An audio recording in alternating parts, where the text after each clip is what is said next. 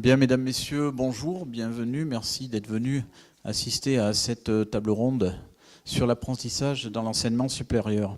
Je vais commencer par vous présenter nos intervenants cet après-midi de la première partie. Alors je vais commencer par Marie-Laure Gironde, conseillère régionale Auvergne-Rhône-Alpes. Elle est responsable du service orientation et accompagnement des usagers à la direction de la formation et de l'apprentissage. Le conseil régional qui est partenaire et organisateur de cette table ronde, ce conseil régional qui accompagne les dispositifs d'apprentissage avec des aides pour la mise en relation entre les apprentis et puis les employeurs, et puis l'aide aux employeurs par certains dispositifs. Le conseil régional Auvergne-Rhône-Alpes a d'ailleurs décliné un plan stratégique 2017-2021 pour arriver à former 6 000 apprentis supplémentaires sur cette période, dont 3 000 sur des études supérieures. Ensuite, en continuant, Monsieur Laurent Robin qui est du CFA de l'Éducation nationale. Alors le CFA de l'Éducation nationale présente des formations du CAP ou des BTS donc sur 25 unités de formation sur l'ensemble de l'académie. Au total, le CFA de l'Éducation nationale, c'est près de 650 apprentis. Et puis M. Robin, donc lui, est chargé de mission sur la formation des maîtres d'apprentissage et puis enseignant dans des classes accueillant des apprenants en mixité. Et puis il est aussi inspecteur d'éducation nationale, FF, faisant fonction. Voilà. Ensuite, Madame Isabelle Montbel, Formasup Auvergne. Donc elle est chargée de mission sur notamment la communication du CFA Formasup. Formasup Auvergne qui accueille aujourd'hui 740 apprentis sur 40 formations, du DUT au bac plus 5 sur 5 secteurs d'activité, l'industrie, l'ingénierie, les services, la logistique, l'agronomie, l'environnement, la comptabilité, la gestion, le commerce et le management. Ensuite, Audrey Edieu du CIRFAP Auvergne. Alors, le CIRFAP Auvergne, c'est quelque chose de très spécifique puisque c'est sur des métiers bien précis. C'est le CFA de la plasturgie. Donc la plasturgie, c'est tous les métiers autour de la transformation du plastique. On a pas mal d'industries sur le domaine de la plasturgie sur notre région. Et puis, ils sont aussi rattachés à Lyon. Et à Lyon, il y a un gros bassin, notamment sur Oyonnax, un gros bassin de plasturgie. C'est un des plus gros bassins au niveau national. Et puis, pour terminer, Sophie Bruyère, qui est de l'Institut des métiers. L'Institut des métiers, donc, c'est le centre de formation que l'on connaît à Clermont, côté Clermont-Nord, vers Gersat, qui accueille 1800 apprentis sur 4 grands secteurs. L'alimentation et l'hôtellerie. D'ailleurs, je vous conseille à l'occasion d'aller manger au restaurant de l'Institut des métiers, on y mange bien. La mécanique auto, les soins et les services à la personne, et puis tous les métiers de la vente, notamment les BTS MUC, Management des unités commerciales, et NRC, Négociation et relations commerciales, dont s'occupe plus particulièrement donc Madame Bruyère, qui en plus participe chaque année donc au concours et aux présélections donc des candidats. Et puis pour terminer, Stéphane Durand, animateur événementiel. Voilà. Alors l'apprentissage, on connaît tous l'apprentissage sur essentiellement des métiers manuels, les CAP, les BEP. On a tous aussi entendu parler des bacs pro, des brevets, des bacs professionnels. Un petit peu moins, mais ça on connaît encore, les BTS, les DUT aussi, en alternance, donc sous forme d'apprentissage. On n'a pas forcément conscience que l'on peut faire des études supérieures grâce à l'alternance, grâce à l'apprentissage, des licences pro jusqu'au bac plus 5, des masters ou des diplômes d'ingénieurs. C'est de ça dont on va parler aujourd'hui, donc toute cette formation par l'apprentissage pour des diplômes de niveau supérieur. Alors l'apprentissage en France, c'est environ 300 000 apprentis. L'objectif, avoué ou inavoué, l'objectif à atteindre serait environ 500 000, arriver à former jusqu'à 500 000 apprentis en France. On a plus de 1000 CFA en France. Et puis ce qu'il faut savoir, c'est qu'un apprenti sur 2 est diplômé du bac. Donc ça veut dire qu'on a un fort potentiel pour former des apprentis sur des diplômes de niveau supérieur. Alors au niveau de l'Auvergne, ces dernières années, on a eu une baisse un peu du nombre d'apprentis. En 2017, on avait 8300 apprentis, représentés uniquement par une fille sur trois, moins d'une fille sur trois. On le retrouve donc dans ces formations-là. Et puis la répartition sur les métiers, c'est à peu près 70% sur tous les métiers de production et 30% sur les services. Alors l'accompagnement donc fait par le conseil régional, l'idée c'est d'augmenter le nombre de centres de formation, notamment de sections. Et puis aujourd'hui on a environ 250 formations en Auvergne sur 23 CFA. Et sur ce qui nous intéresse aujourd'hui, les études supérieures, les diplômes des études supérieures représentent un petit peu moins d'un quart des apprentis donc, actuellement en apprentissage en Auvergne. Alors on va aborder différents thèmes, chacun des intervenants va nous parler de ces différents thèmes pour essayer de nous expliquer un petit peu ce que c'est, comment ça marche, comment ça fonctionne. Alors déjà, qu'est-ce que c'est l'apprentissage? C'est quoi? Pourquoi moi, étudiant, après le bac, après un DUT scolarisé, pourquoi je choisirais de faire des études supérieures en apprentissage? Et on va demander donc à Madame Sophie Bruyère de l'Institut des métiers de nous donner quelques pistes. Messieurs, dames, bonjour. Alors l'apprentissage, c'est quoi? C'est peut-être avant tout, il faut le rappeler, un contrat de travail, qui est un contrat d'apprentissage signé entre un employeur et donc un apprenti qui devient salarié à part entière de l'entreprise. Cet apprenti va donc, on va dire, apprendre différemment, tout en étant rémunéré, puisqu'il va alterner des périodes en centre de formation et des périodes en entreprise, au cours desquelles il va acquérir des connaissances, on va dire, d'une part technique et théorique à l'école, qui seront validés par un diplôme à la fin de son contrat, et puis aussi une expérience terrain lors de ces périodes en entreprise. C'est une manière, en tout cas à mon sens, de rentrer dans le monde du travail un peu en douceur, puisque certes, je viens de le dire, le jeune devient salarié de l'entreprise à part entière, donc il est bien dans le monde du travail, mais en même temps, il a quand même des périodes de formation qui sont importantes dans le supérieur, puisque moi je parle que des BTS, malheureusement je ne fais pas au-delà, et sur le BTS, on a la moitié du temps à l'école, encore. Donc ça, il faut aussi le rappeler. Pourquoi choisir l'apprentissage? Bon, pour les raisons que je viens d'évoquer, déjà une rémunération, mais pas que. Si c'est la seule motivation, ça ne va pas suffire, parce qu'avant tout, il faut être suffisamment mature et autonome pour entrer dans le monde du travail et suivre à l'école. C'est quelque chose qui est quand même dur.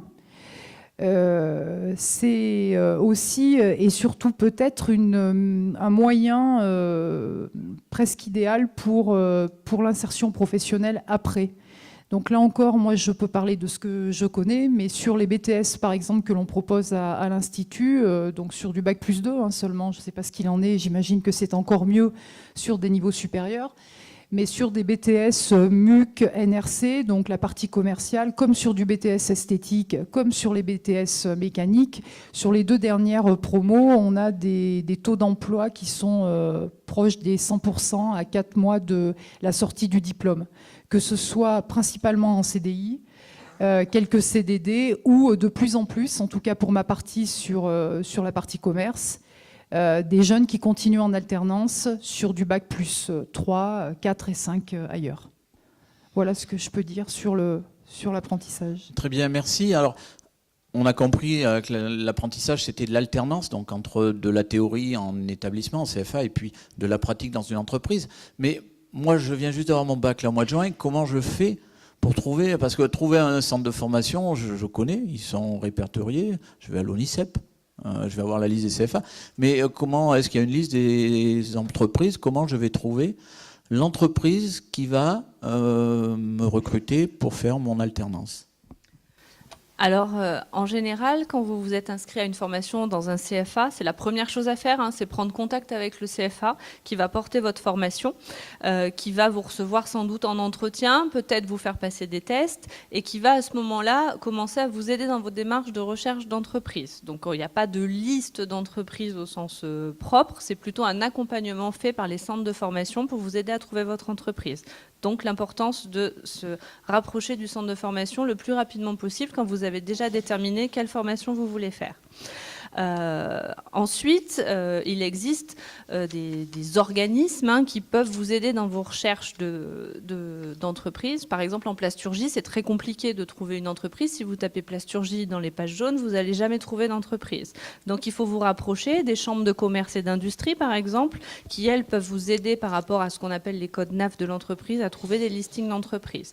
Après, il y a le bouche à oreille. Et puis, effectivement, l'ONICEP peut peut-être aussi vous aider à trouver des pistes sur ce genre de choses.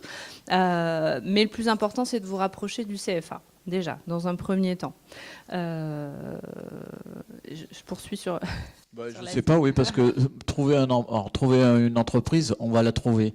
Mais qu'est-ce qui va faire que cet employeur va être intéressé pour avoir un apprenti dans ses locaux ? Donc déjà, la première chose, quand on va chercher, une fois qu'on a déterminé à peu près la liste d'entreprises qu'on voulait toucher, c'est de préparer comme il faut son CV et sa lettre de motivation. Souvent, quand on démarre dans l'apprentissage, on n'a pas d'expérience professionnelle, mais il y a des choses qu'on peut valoriser. On peut déjà valoriser son parcours scolaire, avec sous forme de compétences, par exemple, de compétences qu'on a pu apprendre pendant son parcours scolaire. On a peut-être fait des jobs d'été, on a peut-être fait du sport, être inscrit dans un club, par exemple, pendant plusieurs années. Donc il faut trouver quels sont nos atouts, nos compétences, les choses qu'on peut valoriser sur un CV. Nous, il nous arrive de recevoir des CV très très courts, mais bien construits, parce que on sait que quand un jeune a 18, 20 ans, des fois il a fait ses études, il n'a pas eu le temps de travailler à côté ou de construire son expérience professionnelle. Donc vous avez des choses à valoriser sur votre CV, même si vous n'avez jamais travaillé. Ça, c'est déjà très important de construire votre CV correctement. Ensuite, moi, ce que je conseille beaucoup à nos apprentis, c'est de se déplacer dans l'entreprise, d'aller frapper à la porte de l'entreprise et d'aller déposer son CV en main propre. Pourquoi ? Parce que déjà, c'est un premier contact avec l'entreprise. Vous avez un premier contact avec l'accueil. Des fois, si c'est une PME, la personne qui s'occupe de l'accueil peut aussi être l'assistante du directeur, ce genre de choses. Moi, j'ai même vu des apprentis qui arrivaient et puis à qui le directeur passait par là et leur proposait un entretien directement. Donc, allez frapper à la porte de l'entreprise, allez vous présenter en personne, même si vous ne voyez pas le directeur, même si vous ne voyez pas le DRH, c'est déjà un premier contact avec l'entreprise qui est très important. Donc pensez à soigner votre présentation, à pas venir en sortant du sport, par exemple, en jogging basket. Vous venez comme si vous vouliez travailler, donc vous venez habillé proprement, selon le dress code, on va dire, entre guillemets, de l'entreprise, évidemment. Qu'est-ce que vous pouvez dire à l'employeur ? Pourquoi c'est intéressant de prendre un apprenti ? Parce qu'un apprenti, tout simplement, c'est un investissement pour l'employeur. Ça veut dire que l'employeur, pendant 1, 2 ou 3 ans, il va former une personne au process de l'entreprise. Il va lui apprendre la culture de son entreprise, il va lui faire passer son savoir-faire. Souvent, les entreprises qui prennent des apprentis, c'est des entreprises qui ont parfois du mal à recruter. En tout cas... pour chez moi. Et donc, c'est important de pouvoir former un jeune à son métier, à sa façon de travailler et lui faire passer son savoir-faire. Donc ça, c'est important à valoriser. Donc quand vous allez en entreprise, c'est important aussi de montrer que vous savez ce que fait l'entreprise, quelles sont les valeurs de l'entreprise et que c'est des valeurs, un savoir-faire qui vous intéresse et que vous avez envie de vous approprier. Bon, je commence à comprendre maintenant, mais alors j'ai trouvé une entreprise, comment ça va se passer ? Parce qu'on me parle d'aller à l'école, d'aller travailler, et puis il va falloir que j'ai un tuteur. On m'a dit aussi, comment ça s'articule tout ça ? Donc en fait, bonjour à tous déjà. L'alternance, c'est, on vous l'a dit, un moment de cours, c'est des cours, c'est un temps en entreprise, c'est de l'alternance.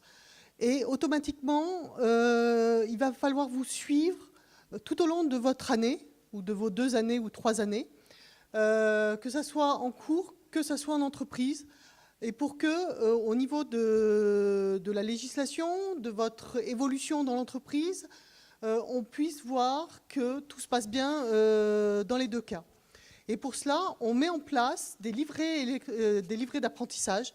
nous, on a prévu de faire un livret électronique d'apprentissage, le LEA, qui permet de vous suivre tout au long de votre cursus sous contrat d'apprentissage. Donc, on peut vous suivre en cours à l'école pour que votre maître d'apprentissage puisse suivre ce que vous faites à l'école, mais également que votre tuteur en école puisse vous suivre, puisse voir ce que vous faites en entreprise. C'est pour ça qu'il y a un double tutorat, un tutorat dans votre entreprise et un tutorat à votre école, puisque vous allez être suivi et en entreprise et à l'école. Donc ça, c'est important qu'on puisse mettre en place ce double tutorat. C'est dans la législation, de toute façon. Ça permet de vous suivre, de voir comment ça se passe en entreprise, si ça se passe bien, si ce qu'on vous donne, la mission qu'on vous donne en entreprise est bien en adéquation avec la formation. Et ça, c'est important, que ça soit du niveau de votre formation, puisque nous, on est au niveau 3 et 5, on veut absolument que les missions qu'on vous donne correspondent bien à votre formation et au niveau de votre formation. Ça nous est arrivé que des Bac+1 et des missions de Bac+3, et ça, il n'en est pas question. Donc, ça nous permet, les livrets d'apprentissage, nous permet de voir un peu comment ça se passe en entreprise, s'il y a un souci ou pas. Donc ça, c'est le suivi et le double tutorat, puisque le tuteur école va pouvoir également vous suivre dans l'entreprise, puisqu'il y a des visites d'entreprise, des entretiens avec votre maître d'apprentissage. Il y a toujours un lien entre l'école, le CFA, et l'entreprise et vous-même. Donc ça, c'est par rapport au suivi de l'alternance, de l'apprentissage. L'alternance, le rythme d'alternance, il n'y a pas, je dirais, le rythme idéal. Donc vous pouvez avoir un rythme de 2 jours, 3 jours, 2 jours d'école, 3 jours en entreprise, une semaine, 15 jours, un mois. Il n'y a pas, je dirais, d'alternance idéale.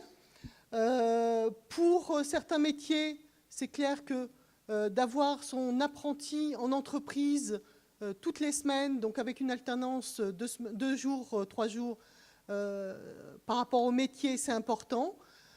Après, il y a certains métiers qui permettent d'avoir des alternances un peu plus longues et qui permettent d'éviter les déplacements également, ça c'est important. Pour nous, dans le supérieur, Bac+3, Bac+5, nos apprentis sont sur toute la France, beaucoup à Paris. Pour le packaging, il y en a beaucoup dans le Nord également. Donc c'est vrai que des alternances sont un peu plus longues que pour d'autres métiers comme la comptabilité, où nous, c'est 2 jours, 3 jours. Donc vous voyez, il y a vraiment toutes sortes d'alternances.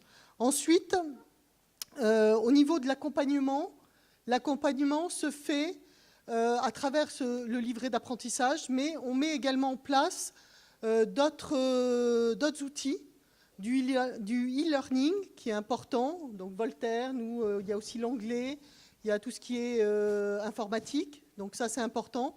Ça vous permet d'évoluer de toute façon à votre rythme. Donc il y a le e-learning, il y a également, on est en train de monter en puissance par rapport aux compétences, c'est-à-dire le savoir-faire, le savoir-être et le savoir. Donc que vous arriviez à vous auto-évaluer par rapport à vos compétences que vous avez. Et vous verrez, vous avez plein de compétences, même des compétences transverses, parce que vous avez fait un job d'été, parce que vous avez fait partie d'une association.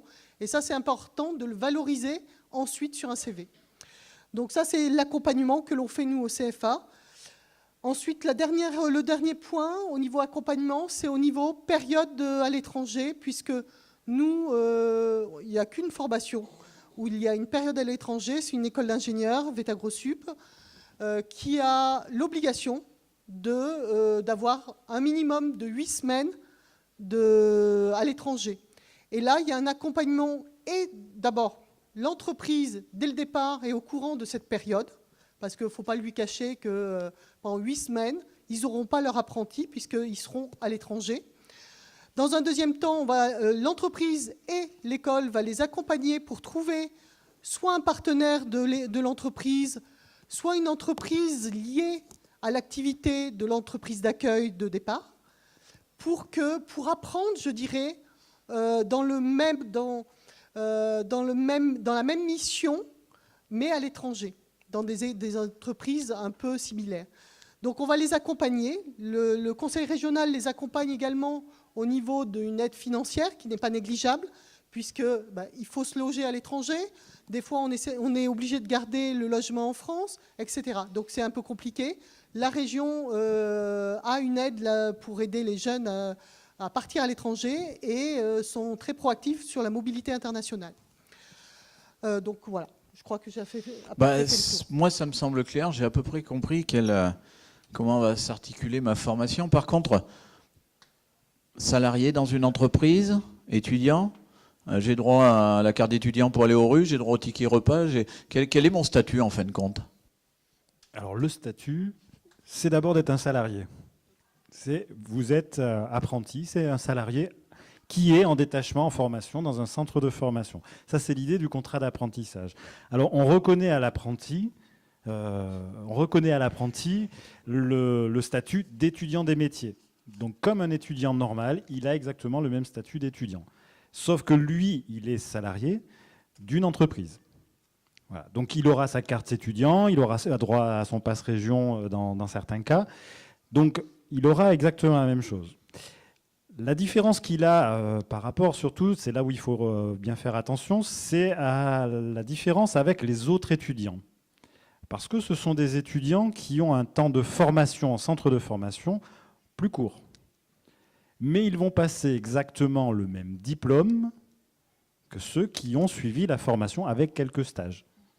Donc le rapport entre le temps de formation en centre et le temps de formation en entreprise est différent. Mais on va lui demander donc à l'apprenti exactement la même chose. Il sera exactement interrogé de la même manière qu'un étudiant. Donc ça veut dire qu'il y a un petit peu plus de travail, il y a du suivi à faire dans son travail, mais je pense que les apprentis vous le diront tout à l'heure. Mais ça, c'est quelque chose qu'il faut bien prendre en compte. Et il y a une autre chose aussi à prendre en compte, c'est qu'un étudiant a des vacances. Mais il n'a pas les mêmes vacances qu'un salarié. Le salarié apprenti a des vacances comme un salarié. Donc il a 5 semaines de congé par an. Donc là aussi, il y a une vraie différence. Donc s'engager dans l'apprentissage quand on veut être étudiant, on n'aura pas les mêmes vacances, on n'aura pas les mêmes rythmes que les autres, mais on aura exactement les mêmes obligations si on veut réussir son diplôme. Donc je crois que c'est vraiment un engagement quand on veut aller dans l'apprentissage, c'est faire un choix de se dire « j'ai envie d'aller travailler autrement, j'ai envie de mettre un premier pas dans l'entreprise ». Mais ce premier pas, il y a ce pas à aller travailler parce qu'on en a vraiment envie et c'est une bonne expérience. Et c'est après, on vous parlait des expériences qu'on va mettre dans un livret, ce passeport d'expérience que l'on a. Quand vous allez après avoir votre diplôme et rentrer sur le marché du travail, ça, c'est des éléments que vous avez, des atouts que vous avez que les autres étudiants n'ont pas. Parce que vous avez une vraie expérience et en plus, cette expérience, accompagnée d'un diplôme, est reconnue par des professionnels. Et là, je peux vous garantir que par rapport à d'autres étudiants, quand on a à choisir, quand on est employeur entre 2 salariés en contrat après, que ce soit en CDD ou en CDI, il n'y a pas photo. Donc vous avez à la sortie un atout qui est loin d'être négligeable. Voilà, ça nous éclaire davantage. En effet, il y a des avantages, il y a des inconvénients. On gagne un petit salaire, mais à côté de ça, on n'a que 5 semaines de vacances. Maintenant, pour terminer, tout ça, ça a un coût. Ça a un coût peut-être pour l'étudiant, ça a un coût pour l'employeur. Et la compétence est du ressort du conseil régional. Alors le conseil régional a mis en œuvre pas mal de choses, pas mal de dispositifs pour accompagner tout cet apprentissage de niveau supérieur. Oui, tout à fait. Donc, combien ça coûte ? Une formation en apprentissage enseignement sup, alors ça dépend bien évidemment du contenu de la formation et du niveau de cette formation, mais il faut savoir qu'en gros, un apprenti par an, ça coûte entre 5 000 et 8 000 euros au niveau du coût de sa formation, auquel il faut rajouter bien évidemment le salaire. Et cette formation, elle est gratuite pour l'apprenti. C'est-à-dire que cette formation, le coût est pris en charge par les entreprises à travers la taxe d'apprentissage et par le conseil régional. Donc ça, c'est une information importante à avoir. Après, ce qu'on vous répète depuis le début, c'est que l'apprenti est salarié. Donc au niveau des aides auxquelles il peut prétendre, il peut prétendre à l'ensemble des avantages sociaux à l'identique de ceux des salariés. C'est-à-dire qu'il cotise pour les risques maladie, accidents du travail, il cotise pour sa retraite. Donc 2 ans, 3 ans d'apprentissage, ça permet d'avoir 3 ans de cotisation de retraite. Les parents donc, peuvent continuer à percevoir les allocations familiales tant que l'apprenti ne touche pas plus de la moitié du SMIC. Et il faut également savoir que le salaire de l'apprenti n'est pas imposable tant qu'il ne dépasse pas en effet le montant du SMIC annuel. Et cette non-imposition, évidemment, vaut également lorsque l'apprenti est toujours rattaché au foyer fiscal de ses parents.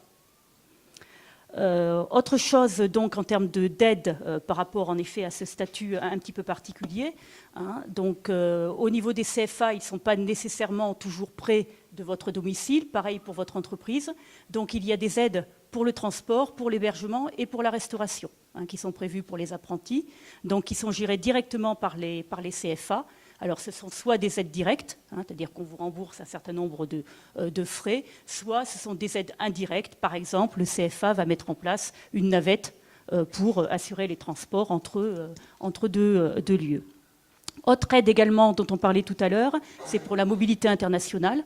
C'est-à-dire qu'il nous semble important, surtout au niveau de l'enseignement supérieur, pas seulement, mais surtout au niveau de l'enseignement supérieur, que les apprentis puissent aussi avoir la possibilité de faire une partie de leurs études ou des stages en entreprise à l'étranger. Et donc, il y a également des aides financières, à la fois pour les apprentis, mais également pour les employeurs qui acceptent que leurs apprentis puissent aller passer au minimum une quinzaine de jours en entreprise à l'étranger. Et puis, autre argument, on parlait tout à l'heure de qu'est-ce que je peux vendre à mon employeur, lui dire à votre futur employeur qu'il a également des aides pour vous embaucher. C'est-à-dire que par rapport à l'effort qu'on souhaite et le fait que la région et l'ensemble des partenaires souhaitent augmenter le nombre d'apprentis donc dans les années qui viennent, c'est aussi d'accompagner financièrement les employeurs, parce qu'accueillir un apprenti, c'est s'engager avec lui sur une démarche de formation, c'est l'accompagner pendant plusieurs années. Et donc pour ça, il faut, c'est ce qu'on a vu tout à l'heure, un tuteur, un maître d'apprentissage qui vous accompagne. Et donc si l'employeur accepte par exemple de former ce maître d'apprentissage, la région peut lui apporter une aide financière. Si par exemple il vous signe un contrat avant le 31 juillet, alors que pour la plupart des formations, elles débutent au mois de septembre ou à la mi-septembre, il peut avoir une aide financière de la région. Voilà, donc il y a un certain nombre d'aides à la fois pour les apprentis, pour vous permettre de suivre votre formation et de pouvoir faire des stages à l'étranger, et également donc pour les employeurs, pour que la qualité de la formation qui est assurée dans l'entreprise soit la meilleure possible. Je crois que l'ensemble des intervenants ont brossé un portrait sympathique de cet apprentissage dans l'enseignement supérieur. Alors maintenant, si vous voulez bien, je pense que vous avez quelques questions. On va les solliciter encore, leur demander. Allez-y. Qui c'est qui a une question à poser? On a de la chance parce que d'habitude, la première question, c'est toujours la plus difficile, donc on passe direct à la deuxième. Mais là, la première, elle est là. C'est à vous, madame. Bonjour, vous avez dit tout à l'heure que les étudiants avaient les mêmes examens que ceux qui sont en parcours classique, si j'ai bien entendu.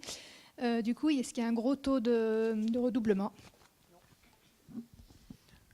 Alors, un taux de redoublement, ça, je ne saurais vous dire, mais ce que je pourrais vous dire, par contre, qui va bien, c'est que très souvent, on a des apprentis qui sont majors de promotion. C'est-à-dire que moi, j'ai des apprentis qui sont en mixité avec des apprenants qui ont un statut, on va dire, scolaire traditionnel, et on a des apprentis qui sont majors de promotion. Donc devant des scolaires qui ont suivi toutes les heures de formation. C'est vraiment un engagement. C'est la réussite, on peut réussir plein de choses dans la vie quand on s'engage dans ce qu'on fait et quand on a envie de faire les choses. Donc on est capable de déplacer des montagnes et les apprentis sont capables de déplacer beaucoup de montagnes. Si on parle, en fin de compte, si on parle chiffres, le nombre d'heures scolarisées est supérieur au nombre d'heures de formation en CFA sur 2 ans de BTS, par exemple. Il y a beaucoup plus d'heures, forcément, de formation. C'est-à-dire que les heures qui sont passées dans l'entreprise ne sont pas rattrapées au centre de formation. Pour faire simple, une formation en BTS, c'est à peu près 1400 heures. Un apprenti en fait 720 par an. Voilà, donc voilà. C'est moitié d'heures. Voilà. Et tout le reste se fait en entreprise, moins les 5 semaines de congés payés. Voilà, moitié d'heures, mais peut-être des formations beaucoup plus concrètes et beaucoup plus fortes, on va dire. Et c'est une vraie motivation pour les étudiants. Une autre question? Monsieur? Non? J'ai cru. Allez, qui c'est qui pose une question? Bon, moi je vais en poser une quand même. Un jeune qui va rentrer comme ça, en mettant en BTS MUC à l'Institut des métiers, il va commencer à gagner un peu d'argent. On en voit qui se disent, bah tiens, c'est l'occasion de s'installer. On s'installe avec la copine, on prend un appartement, on a droit à des APL, donc on arrive à s'installer. Et puis après le BTS, est-ce que c'est pas trop difficile, surtout si le patron nous dit, bah, si vous voulez, je vous garde, est-ce que c'est pas trop difficile de franchir le pas pour essayer d'aller plus loin dans les études? Est-ce qu'on n'est pas tenté d'en rester là et puis de dire, bah, mon BTS, mon patron il m'embauche, j'ai mon appartement avec ma copine, comment ça se passe? Est-ce qu'il n'y a pas, ou alors est-ce que vous, les CFA, vous incitez, vous avez des dispositifs pour inciter les jeunes à aller plus haut dans les études? Alors des dispositifs, pas forcément, mais en tout cas en ce qui me concerne, et pour le cas que vous citez, les BTS MUC par exemple, dont j'ai la charge, un cas comme celui que vous venez de citer, déjà quand la personne a franchi le cap de rentrer en apprentissage pour un BTS MUC, c'est-à-dire qu'il a fait au moins 2 ans en apprentissage, parfois en BTS MUC, moi j'ai des jeunes qui en sont à 6 années d'apprentissage dans le domaine de la vente, parce qu'ils ont commencé par 2 années de CAP en apprentissage dans une entreprise. Ils ont poursuivi en bac pro, par exemple, commerce ou accueil en apprentissage, et ils ont fait 2 années de plus en BTS. Quand ils ont franchi le cap, en général, on a quelques cas qui reviennent en arrière, si je puis dire, et qui reviennent sur de la formation initiale, mais c'est pas la majorité, bien au contraire. Et là, chaque année, j'ai de plus en plus de jeunes qui, après le BTS, poursuivent sur de la licence pro ou du bachelor. Et là, actuellement, je sais pas, sur ceux qui ont terminé il y a 2 ans, j'ai la moitié de la promo de MUC, par exemple, qui est sur du M2 à l'école de commerce ou à l'université d'Auvergne, en alternance toujours. D'accord, donc ça marche bien et on peut continuer ses études jusqu'à bac+5, donc en restant en alternance. Donc j'ajouterais juste une chose, c'est que après le BTS, licence pro, mais par contre, faites attention, une licence pro, c'est vraiment pour aller travailler. Et on arrête et on va travailler. Ensuite, si on veut continuer, vaut mieux passer sur du bachelor, des écoles comme des écoles de management, des écoles de commerce, pour aller jusqu'à bac+5. Sinon, l'apprentissage, il n'y a que les Master 2 qui sont en apprentissage. Donc il y a une année, si on veut continuer à l'université, il y a 1 ou 2 années qui risquent d'être en formation initiale. Donc beaucoup passent du BTS MUC à l'école de management de l'IFAG ou à l'école supérieure de commerce de Clermont pour de l'apprentissage. Je mets juste un petit bémol par rapport à ce que vous dites pour les formations industrielles. C'est très spécifique. En formation industrielle, vous pouvez faire le BTS, la licence pro, le Master 1 et le Master 2 intégralement en apprentissage. Voilà, c'était juste... Voilà, chaque filière a ses spécificités, mais l'idée c'est de savoir qu'on ne fait pas un BTS juste pour dire de rester ensuite avec son BTS et de rentrer dans la vie active. Voilà. Et c'est clair que c'est pareil, parce que nous aussi, au niveau du packaging, c'est de l'industrie, il y a des gros besoins industriels, et là, licence pro, Master 1, Master 2 en apprentissage, mais c'est les seuls. C'est vraiment l'industrie qui pêche, où il y a vraiment un besoin entreprise. Et c'est là où on recherche le plus de jeunes qualifiés et où on n'arrive pas à trouver. Voilà. Allez, une autre question dans la salle. Oui, monsieur. Bonjour. J'aimerais demander quel BTS et quel DUT, donc en apprentissage, sera accessible sur la ville de Clermont-Ferrand.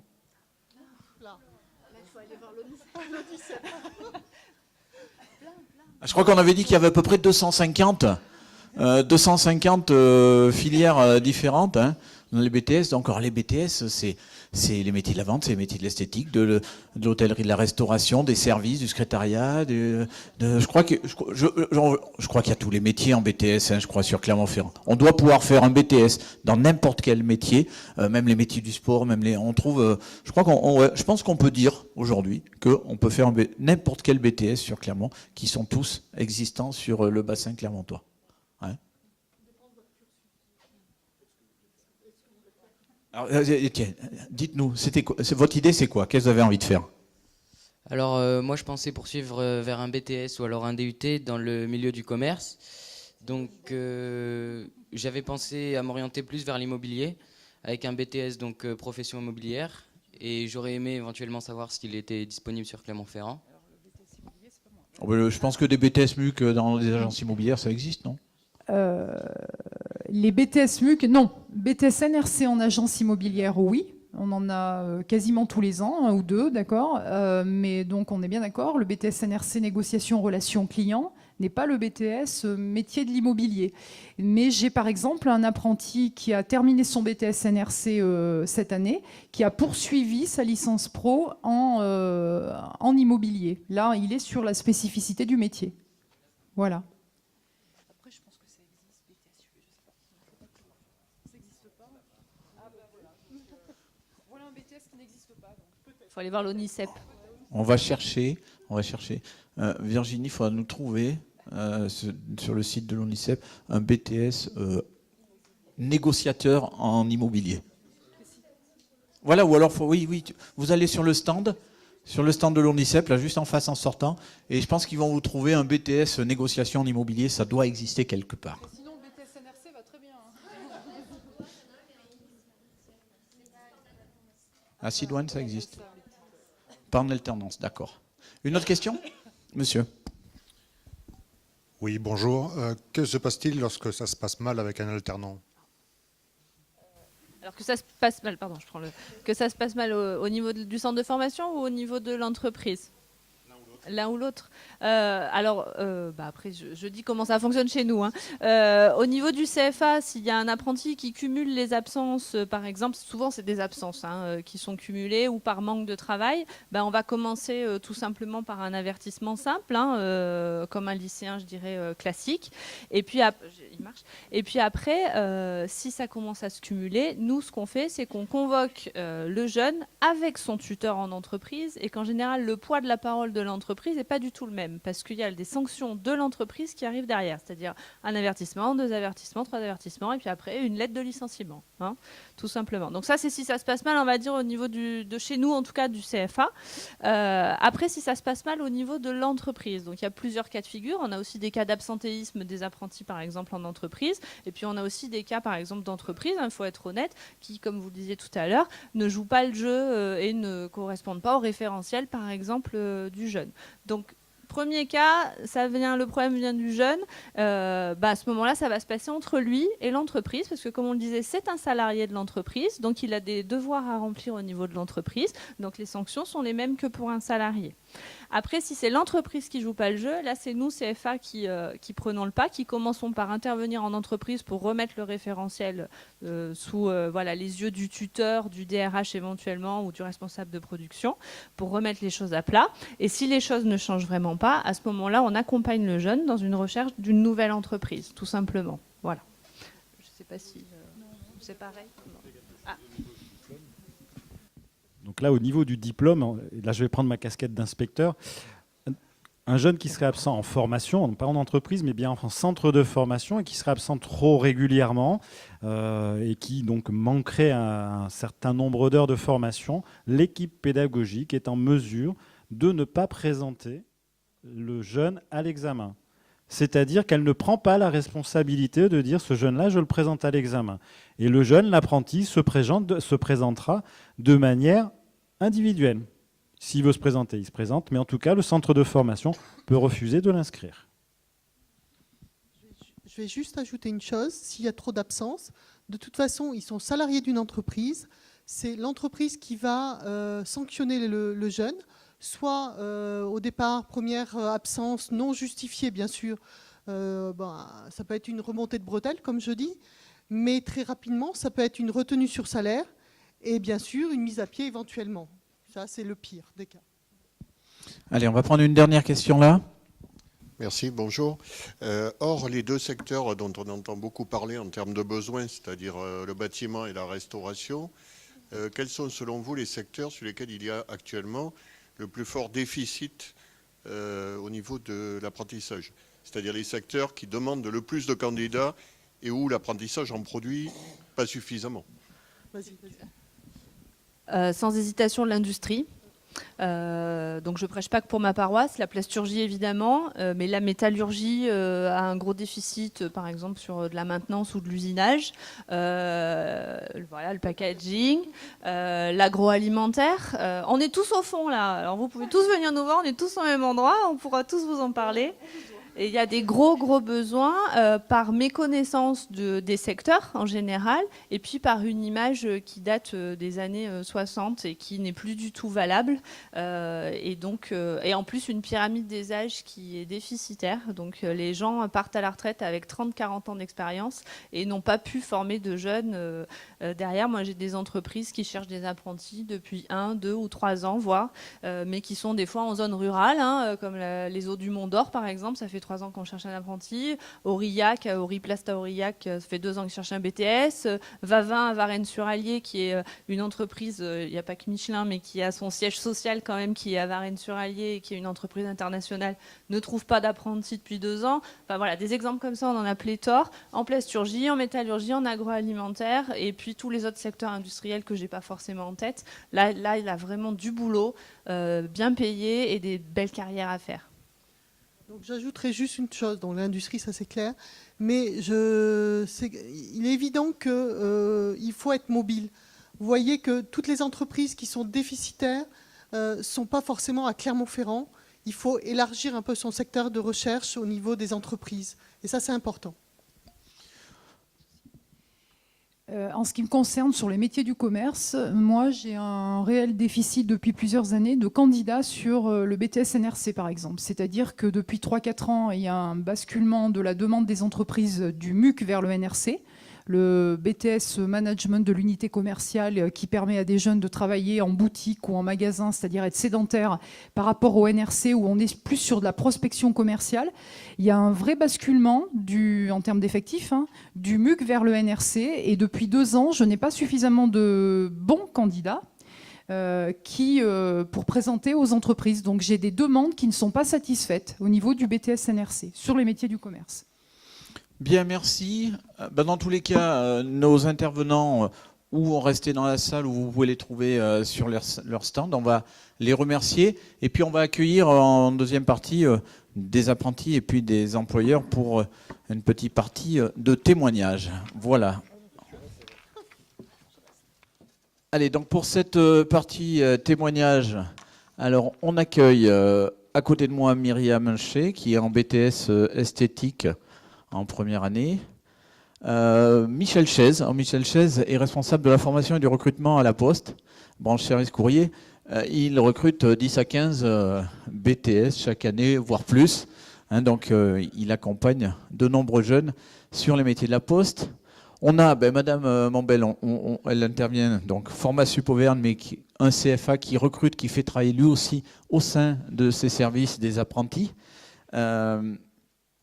Amandine Convert, donc apprentie en BTS MUC en 2e année. Et puis Thibaut Javel, qui est en Master 2, International Management, à l'ESC de Clermont. Voilà. Alors, qui c'est qui commence? Tiens, Myriam. Allez, un petit témoignage, Myriam. Pourquoi avoir choisi l'apprentissage? Quel est ton parcours? Je vais vous tutoyer, les jeunes, j'ai du mal à vous voyer. Quel est ton parcours? Comment tu as fait pour trouver une entreprise? Comment tu t'organises entre la vie en entreprise et puis la vie au centre de formation? Alors bonjour tout le monde, donc je m'appelle Myriam, donc je suis en BTS esthétique à l'Institut des métiers. Je commence ma première année de BTS. Alors tout d'abord, j'ai un parcours un peu atypique. J'ai un bac littéraire que j'ai passé en Corrèze et par la suite, j'ai voulu passer le concours d'orthophoniste. Donc je suis allée à l'université de Clermont-Ferrand faire une licence sciences du langage qui me préparait au concours. Donc j'ai fait 2 années en licence, concours beaucoup trop compliqué, puis les financements au niveau de l'université n'étaient pas au top, donc je suis partie. Je suis partie en année de tourisme, pareil, à la même fac. Donc première année de tourisme, et malheureusement, je suis tombée malade. Donc il a fallu que je revoie tous mes projets, tout ce que j'avais voulu construire, il a fallu que je revoie tout ça. Ça faisait quelques temps que je pensais à faire à la base un CAP esthétique. Mes parents, qui voyaient que j'avais quand même un potentiel au niveau des études, me voyaient pas faire un CAP esthétique. Donc c'était un peu le stéréotype. Passe ton bac d'abord. Passe ton bac d'abord. Et donc du coup, suite à cette maladie, ils n'ont pas eu le choix. Donc j'ai pris mon courage à deux mains. Je suis allée faire les démarches nécessaires. Je suis venue ici l'année dernière.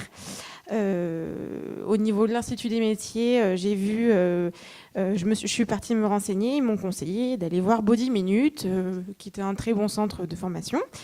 Et donc j'ai pris mon courage à deux mains, j'y suis allée. Ils m'ont acceptée. Donc j'étais partie pour faire un CAP esthétique. Et donc j'ai fait mon premier jour au CAP esthétique. Et puis j'ai fait la rencontre de Monsieur Métro et il m'a dit non, on va passer en BTS. Donc du coup, voilà, aujourd'hui, je suis en BTS esthétique. Tout se passe très bien. Donc je suis une semaine à l'Institut des métiers et une semaine à l'Institut Body Minute. Voilà. Donc jusqu'ici, tout se passe bien. Contrairement à la fac, tout est bien plus concret en alternance. C'est devenu...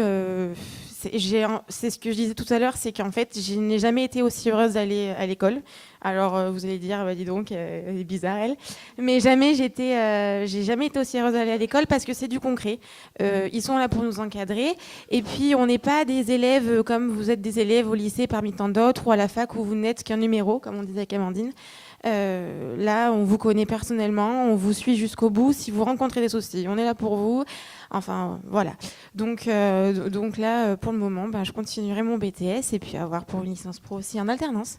On verra. Mais très bien, merci Myriam, une belle expérience. Alors, cette expérience, Michel, vous la partagez avec de nombreux apprentis toute l'année à la Poste, au service courrier. Alors, ça vous est venu comment à l'idée de prendre des apprentis comme ça? Non, vous êtes tombé tout petit dedans? Un petit peu quand même.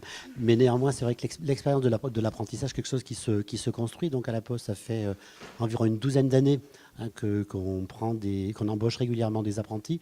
Pour la petite histoire, effectivement, sur l'ensemble de l'Auvergne, puisque je représente donc l'ancienne direction régionale Auvergne, à laquelle j'appartiens encore.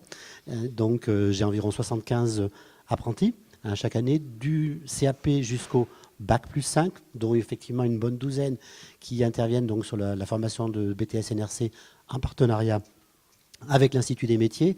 Et je dirais pourquoi faire le choix d'embaucher des apprentis? Tout simplement, c'est vraiment un partage d'expérience et un apport de compétences nouvelles. Si je prends un exemple concrètement, le mien par exemple, j'ai dans mon service donc 2 alternants qui sont avec moi.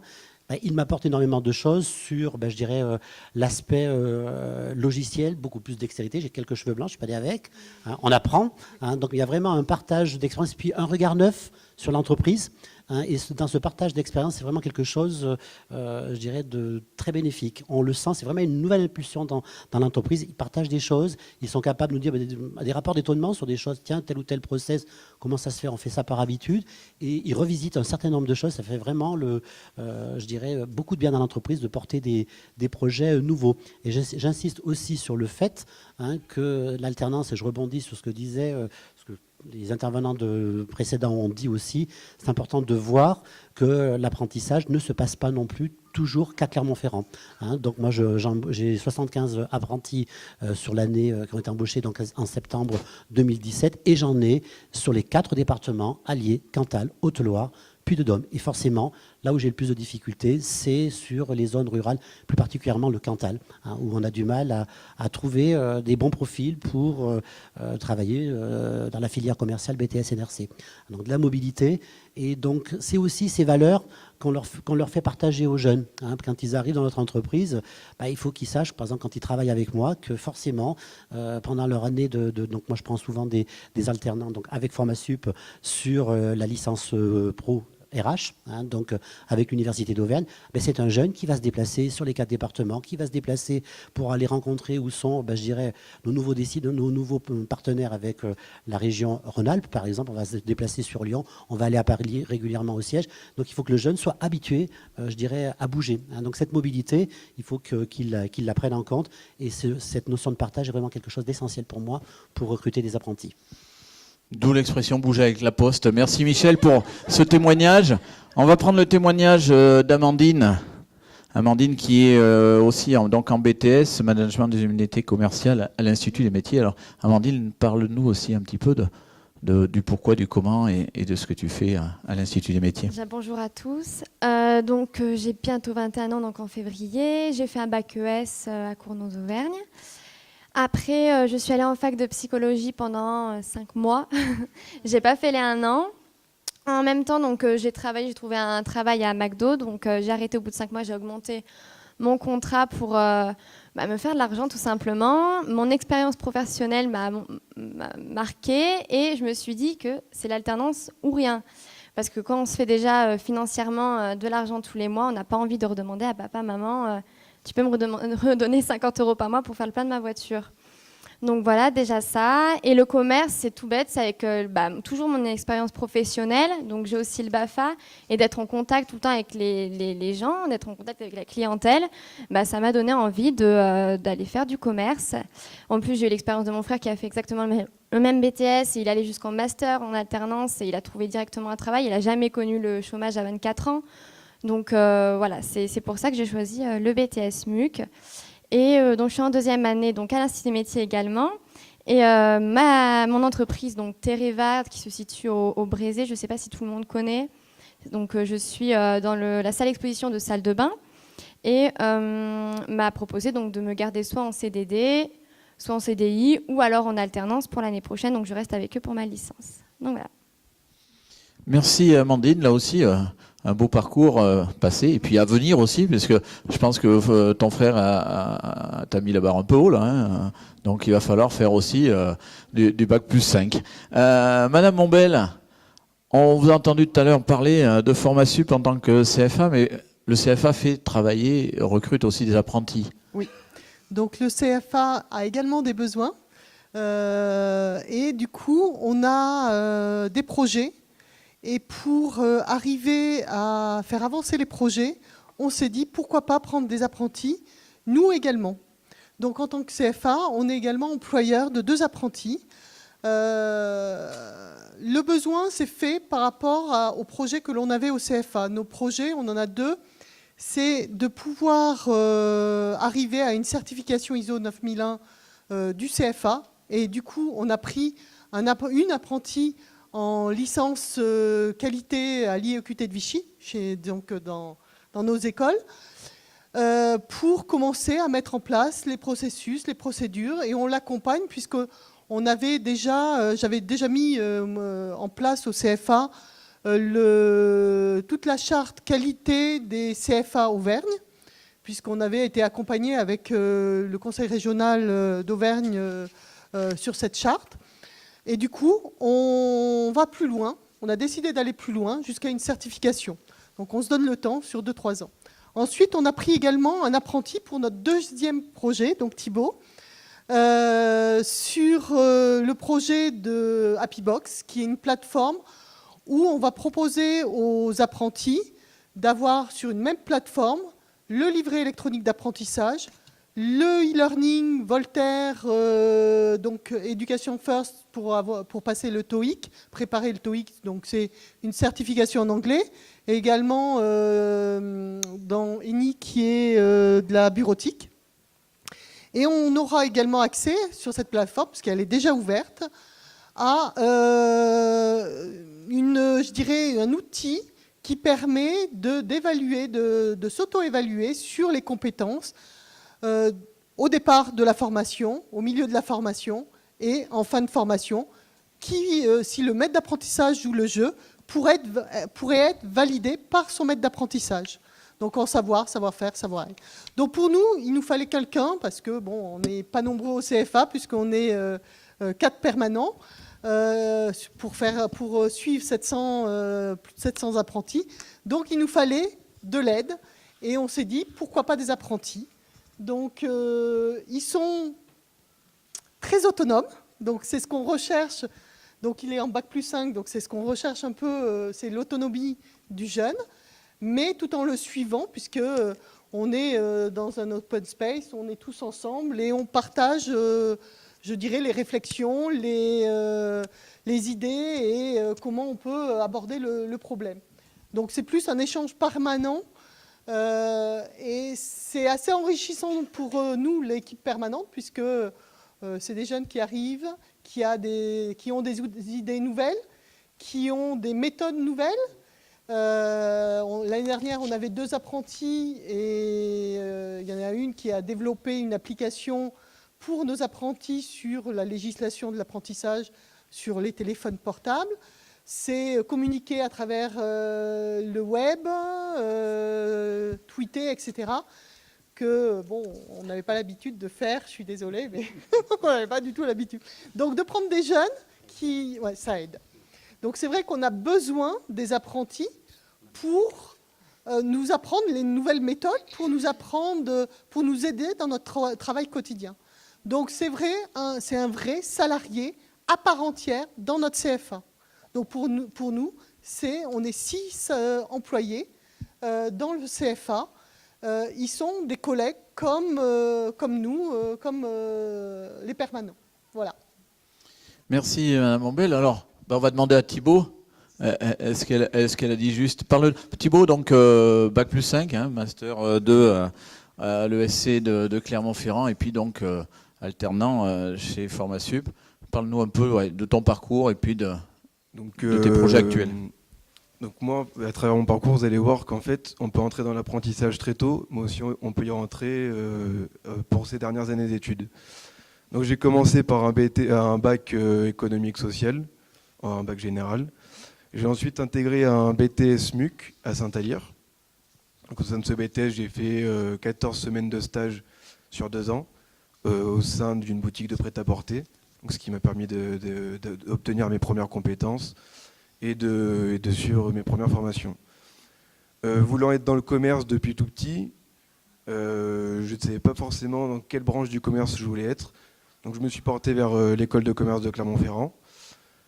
Au sein de cette école de commerce, j'ai découvert la vie associative, les stages au cours de la première année, l'étranger au cours de la 2e année, pour ensuite entrer en alternance, donc cette année, la dernière année d'école de commerce en Master 2, au sein de Formasup Auvergne. Donc au sein de Formasup Auvergne, je suis chargé du développement de la plateforme HappyBox, qui est accessible à tous les apprentis. Et puis je peux développer des compétences grâce à cette alternance. Je serai beaucoup plus serein quand je vais rentrer dans la vie professionnelle. Et l'entreprise aussi sera fixée sur ce que j'ai fait dans le passé, sur ce que je suis capable de faire, parce que du coup, l'apprenti se connaît beaucoup plus lorsqu'il fait une alternance que lorsqu'il fait des stages qui durent 3 mois. Un stage de 3 mois, on va développer beaucoup moins de compétences que sur une expérience qui va durer 1 an, et au sein de laquelle on aura connu ses faiblesses, ses forces, et aussi ses envies, si on veut rester dans le secteur dans lequel on exerce l'alternance, ou si on veut changer de secteur. Merci Thibaut pour ce témoignage. Comme tout à l'heure, on va prendre des questions dans la salle. Allez, qui a envie de poser une question à nos témoins du jour, que ce soit les employeurs ou les apprentis, madame? Vous reviendrez la prochaine fois, comme ça je sais que j'ai toujours quelqu'un pour poser la première question. En fait, 2 questions. La première pour l'étudiant qui est à l'ESC. Est-ce que ça permet avec l'apprentissage, est-ce que ça compense le frais de scolarité? Oui, en effet, c'est aussi un avantage de l'alternance, c'est que les frais de scolarité sont payés par l'entreprise d'accueil. En totalité, tu as en rien totalité. à rajouter. Et la deuxième question, c'est pour la première intervenante qui fait un BTS cosmétique. Savoir à quoi tu peux aboutir à la fin de ce BTS cosmétique par rapport à quelqu'un qui aurait fait un CAP cosmétique. Quel est le plus? Alors, le BTS esthétique vous permet d'ouvrir votre propre institut, être une manager, parce que du coup, vous avez 3 options. Le management, la cosmétologie et la marque. Donc, vous avez la possibilité de travailler... personnellement, ma belle-mère a eu le BTS esthétique, option marque. Elle était commerciale chez L'Oréal, donc elle se déplaçait dans tous les instituts, etc. Promouvoir L'Oréal, qui est quand même, Yves Saint Laurent, tout ça. La cosmétologie, vous pouvez créer vos propres produits. Donc, travailler dans une entreprise. Il y en a une à Bourges, par exemple, qui crée ses propres entreprises, donc ses propres produits, pardon. Et donc, moi, je suis en management, donc gérer ma propre équipe, ouvrir mon institut. Après, aujourd'hui, mon but, ça serait d'être socio-esthéticienne. Ça serait de m'occuper des personnes qui sont malades, par exemple, qui ont le cancer, parce que elles ont manque de confiance en elles, maintenant, dû à cette maladie. Et puis les aider, à leur redonner confiance en faisant des petits cours, par exemple. Donc travailler particulièrement en hôpital, en fait. Et donc le BTS, malgré tout, nous amène bien plus de connaissances en biologie. C'est beaucoup plus poussé. Et puis après, voilà, vous avez beaucoup de physique, beaucoup de biologie, du coup. Donc il faut s'accrocher. Pour une bac L comme moi, c'est pas facile, mais je m'accroche. Et puis voilà, en gros, voilà les opportunités que vous pouvez avoir. Une autre question ? Mais écoutez, si on n'a pas d'autres questions, on va vous remercier. Alors, moi, je retiendrai, pour l'apprenti,